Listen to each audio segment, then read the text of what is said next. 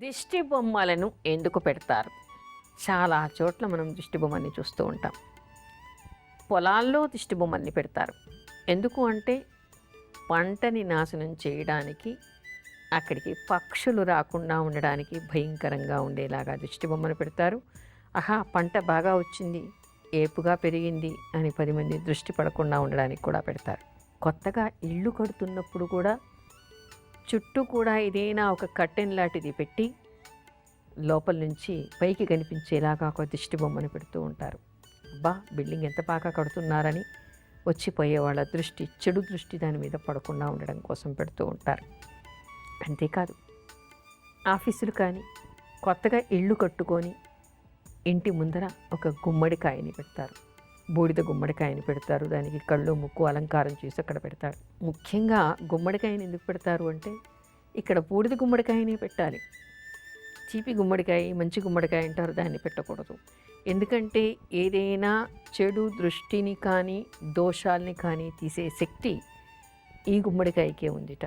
అదేవిధంగా బలి ఇవ్వాలన్నా, బలి అంటే ఇంటి ముందర గృహప్రవేశాలప్పుడు గుమ్మడికాయ పగలగొట్టి చుట్టూ తిప్పి, అంటే దృష్టి తీసి పక్కన దాని మీద ఏం చేస్తారంటే దీపం, కొంతమంది దీపాన్ని వెలిగిస్తారు, కొంతమంది వెలిగించకుండానే బూడిద గుమ్మడికాయని 3 సార్లు ఇంటి సింహద్వారం, కొత్త ద్వారం చుట్టూ తిప్పేసి ఒకే దెబ్బతో దాన్ని పగలగొట్టి 2 వైపులా కూడా కుంకుమ వేసి పక్కన పెడతారు.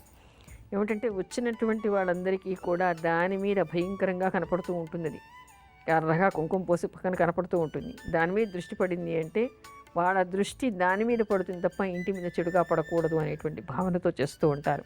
ఇంటికి దృష్టి తీసి గుమ్మడికాయ పగలగొడుతూ ఉంటారు. అదేవిధంగా ఉట్టిలాగా కట్టి ఇంటి ముందర ఒక గుమ్మడికాయని, ఎంత పెద్ద బిల్డింగ్ కానీ ఎంత అందంగా ఉండని, ముందర మాత్రం ఒక గుమ్మడికాయని వేలాడిపిస్తారు. ఎందుకంటే ఇంటి మీద కాకుండా వాళ్ళ దృష్టి కొంత పక్కకి మరులుతుంది, ఆ గుమ్మడికాయ మీద పడుతుంది. ఆ నెగటివ్ దృష్టి ఏదైనా ఉంటే గుమ్మడికాయ మీద పడుతుంది అనే ఉద్దేశంతో ఇంటి ముందర గుమ్మడికాయలు కడుతూ ఉంటారు. అంతేకాదు, ఇక్కడ వీరభద్రుడి ఫోటోలు కూడా కొంతమంది పెట్టుకుంటూ ఉంటారు. వీరభద్రుడి ఫోటో పెట్టుకున్నా కూడా అక్కడ దృష్టితో దోషాలు తగలకుండా ఉంటాయిట. అంతేకాకుండా మరికొంతమంది స్వస్తిక్ పెడతారు.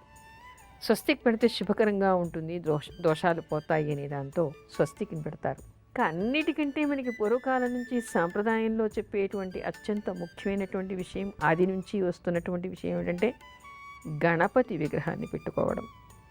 ఎందుకు అంటే గణపతిని పార్వతీదేవి గుమ్మానికి కాపలాగా ఇంట్లోకి ఎవరు రాకుండా ఉండడానికి తన నలుగు పిండితో తయారు చేసి ప్రాణం పోసి అక్కడ కూర్చోబెట్టిందిట. శక్తి ఆయుధాన్ని ఆయనకి ఇచ్చిందిట. ఇంకా ఆ గణపతి సాక్షాత్తు పరమశివుడే వచ్చినా కూడా రానివ్వలేదుట. తన తల తెగినా పర్వాలేదు, కానీ ఆయన మాత్రం ఎవరిని లోపలికి రానివ్వలేదు, పరమశివుణ్ణి కూడా. అంటే అప్పటి నుంచి మనకి ఏమిటంటే ఆచారం, ఇంట్లోకి ఏ దుష్ట శక్తులు రాకుండా ఉండాలంటే, ఆ ఇంటికి ఎలాంటి దృష్టి దోషాలు రాకుండా ఉండాలి అంటే సింహద్వారం పైన మహాగణపతిని పెట్టుకోవాలి, విగ్రహాన్ని పెట్టుకోవాలని. ముక్తి క్షేత్రాలు ఏవి? మనకి ముక్తి క్షేత్రాలు అనేకం కనపడతాయి. వాటిలో ముఖ్యమైనటువంటివి 7 ముక్తి క్షేత్రాల గురించి చెప్తూ ఉంటారు. ఈ ముక్తి క్షేత్రాల గురించి స్వయంగా ఈశ్వరుడే చెప్పినట్టుగా స్కందుడు అంటే సుబ్రహ్మణ్య స్వామి అడుగుతున్నప్పుడు వాటికి సమాధానంగా ఈశ్వరుడే చెప్తున్నట్టుగా మనకి స్కంద మహాపురాణంలో కనిపిస్తుంది. వాటిలో ముఖ్యమైనటువంటివి ఏవి, ముక్తి క్షేత్రాలు ఏవి అంటే మనకి ద్వారక, కంచి, అవంతిక, బదిరి, కాశీ, అయోధ్య, కురుక్షేత్రం పురుషోత్తమ క్షేత్రంగా చెప్తారు. అయితే అవంతిక అంటే మనకిక్కడ మహాకాళుడిని చూస్తాం కదా, నర్మదా నది దగ్గర ఉండేటువంటి మనకి మహాక్షేత్రం అది. అక్కడ కాళేశ్వరుణ్ణి చూస్తాము, అది కూడా అవంతిక అంటారు. ముక్తి క్షేత్రంగా దాన్ని చెప్తారు.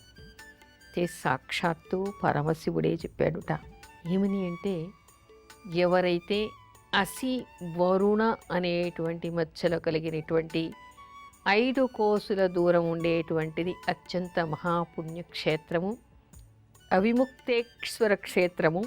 అవిముక్త క్షేత్రము అంటే శివుడికి ఆ క్షేత్రానికి ఎప్పుడు వీడి వాడదు, దాన్ని వదిలి శివుడు ఎప్పుడు కూడా బయటికి వెళ్ళాడు అని. ప్రళయకాలంలో కూడా ఆయన త్రిశూలంతో కాశీక్షేత్రాన్ని ఆయన రక్షిస్తాడుట. ఎవరైతే తెలిసి కానీ తెలియక కానీ ఏదో అవకాశం వలన కానీ కాశీక్షేత్రానికి వెళ్ళి ఆ అసి వరుణ మధ్యలో ఉండేటువంటి మణికర్ణికలోను, ఆ తర్వాత అక్కడ ఉండేటువంటి తీర్థాల్లోనూ స్నానం చేసి, ముఖ్యంగా పంచగంగా తీర్థం అంటూ ఉంటాం. మనకి భారతదేశంలో ఎన్ని పుణ్యక్షేత్రాల్లో ఎన్ని తీర్థాలు ఉన్నాయో అన్ని తీర్థాలు కూడా కాశీ గంగలో ఉన్నాయి అని చెప్తూ ఉంటారు. ఒక్కో నదికి పుష్కరాలు వచ్చినప్పుడు ఆ నదీ తీరానికి వెళ్ళనటువంటి వాళ్ళు, కాశీవాసులైనటువంటి వాళ్ళు, క్షేత్ర సన్యాసాన్ని స్వీకరించినటువంటి వాళ్ళు అక్కడ ఆ నదికి సంబంధించినటువంటి ఘాట్లో స్నానం చేస్తారు. అంటే అక్కడే అన్ని నదులు ఉన్నాయి అనేటువంటి విషయాన్ని చెప్తారు. అక్కడ పంచగంగా ఘాట్ కూడా ఒకటి ఉంటుంది. అక్కడ స్నానం చేస్తే చాలా పుణ్యముట, మరుజన్మ ఉండదుట. మణికర్ణికలో మధ్యాహ్న పూట స్నానం చేస్తే చాలా విశేషముట. దశాశ్వమేధలో చేస్తే మహాపుణ్యముట. 10 అశ్వమేధ యాగాలు చేసినటువంటి పుణ్యం వస్తుందిట. తెలిసి కానీ తెలియక కానీ జ్ఞానవాపిలో స్నానం చేసినటువంటి వాళ్ళకి సకల పాపాల నుంచి విముక్తి కలుగుతుందిట. అంటే విశ్వేశ్వర క్షేత్రం పక్కనే జ్ఞానవాపి అనేటువంటి ఒక బావి ఉంటుంది. ఆ బావిలో నీళ్లను తీర్థంలాగా తీసుకోవడం, తెల్లవారుజాము 4 గంటలకు వెళ్ళి ఆ బావి నీళ్ళతో స్నానం చేసినటువంటి వాళ్ళకి కూడా సకల పాపాల నుంచి విముక్తి కలిగి ముక్తి లభిస్తుందిట. తెలిసి కానీ తెలియక కానీ విశ్వేశ్వర లింగాన్ని తాకినటువంటి వాళ్ళకి, అది స్పర్శలింగంగా చెప్తారు, తాకినటువంటి వాళ్ళకి సకల పాపాల నుంచి విముక్తి కలిగి మోక్షప్రాప్తి కలుగుతుందిట. అది ముక్తి క్షేత్రంగా చెప్తారు. సాక్షాత్తు పరమశివుడే ఇక్కడ చెప్తూ ఉన్నాడు. దేవతలు కూడా కాశీలో మరణించాలి అని అనుకుంటూ ఉంటారు. మరి మామూలు మనుషులకి ఏం చెప్పాలి మనం? అక్కడ మరణించినటువంటి వాళ్ళకి ఆ విశ్వేశ్వరుడు వాళ్ళ చెవిలో తారక మంత్రాన్ని చెప్తాడట, తనను కైవల్యం చేసుకుంటాడుట. ఇది నేను చెప్తున్నటువంటిది కాదు, సాక్షాత్తు పరమశివుడే సుబ్రహ్మణ్య స్వామికి, స్కందుడికి చెప్తున్నటువంటి మాటలు మనకి స్కంద పురాణంలో ఉన్నాయి. మరొకటి మధుర. మధురలో కృష్ణ జన్మస్థానాన్ని తెలియకుండా వీక్షించినా కూడా సకల పాపాల నుంచి విముక్తి కలుగుతుందిట. కారాగారం నుంచి విముక్తి కలుగుతుందిట. అక్కడ ఉపవసించి, అక్కడ జపం చేసుకుని, అక్కడ తపస్సు చేసి, అక్కడ కృష్ణుణ్ణి తలుచుకుంటూ కృష్ణ జన్మస్థానాన్ని చూడాలిట. ఆయన పుట్టినటువంటి అరుగు కూడా అక్కడ కనిపిస్తూ ఉంటుంది. అక్కడికి వెళ్ళి దాన్ని దర్శించాలిట. అలా చేసినటువంటి వాళ్ళకి ముక్తి లభిస్తుందిట. అదేవిధంగా ద్వారక. ద్వారక కూడా ముక్తి క్షేత్రం. ఆ ద్వారకలో కృష్ణుణ్ణి చూస్తే చాలు సకల దోషాలు పోతాయిట, ఆయనలో ఐక్యమైపోతారుట. అక్కడ నారాయణ నామస్మరణ చేయటం, కృష్ణుణ్ణి వీక్షించటం, దర్శించటం అక్కడ అత్యంత ప్రధానమైందిగా చెప్తూ ఉంటారు. అంటే మధురలో, ద్వారకలో సాక్షాత్తు ఆ భూమి మీద శ్రీకృష్ణ భగవానుడు తిరిగినటువంటి ప్రదేశం అది. అక్కడ అడుగు పెడితేనే సకల పాపాలు పోతాయిట. అంతేకాదు, మధురలో ఎవరైనా వాళ్ళ పితృదేవతలకి తర్పణాలు వదిలితే వాళ్ళ పెద్దలందరికీ కూడా పుణ్యలోక గతులు వస్తాయిట, నరకలోకం నుంచి విముక్తి కలుగుతుందిట. అది కృష్ణ జన్మస్థానం కాబట్టి అత్యంత విశిష్టమైందిగా చెప్తారు. ఆ పైన కురుక్షేత్రం. కురుక్షేత్రం కూడా ముక్తి క్షేత్రంగా చెప్తారు. అక్కడ ఉండేటువంటి రామతీర్థంలో స్నానం చెయ్యాలిట. మనకి మాఘమాసంలో చెప్తూ ఉంటారు. మాఘమాసంలో కాశీ కంటే ప్రయాగ కంటే కూడా కురుక్షేత్రంలో స్నానం చేస్తే చాలా విశేషం అనేటువంటిది. అయితే కురుక్షేత్రంలో ఒక్కసారి రామతీర్థంలో స్నానం చేసినా కూడా 1,000,000 సూర్యగ్రహణాల్లో సువర్ణ దానం చేస్తే ఎలాంటి ఫలితం వస్తుందో అలాంటి ఫలితం వస్తుందిట. మామూలుగానే కాంచన దానం వలన సకల రోగాలకి నుంచి కూడా విముక్తి కలుగుతుంది అని మనకి శాస్త్రం చెప్తుంది.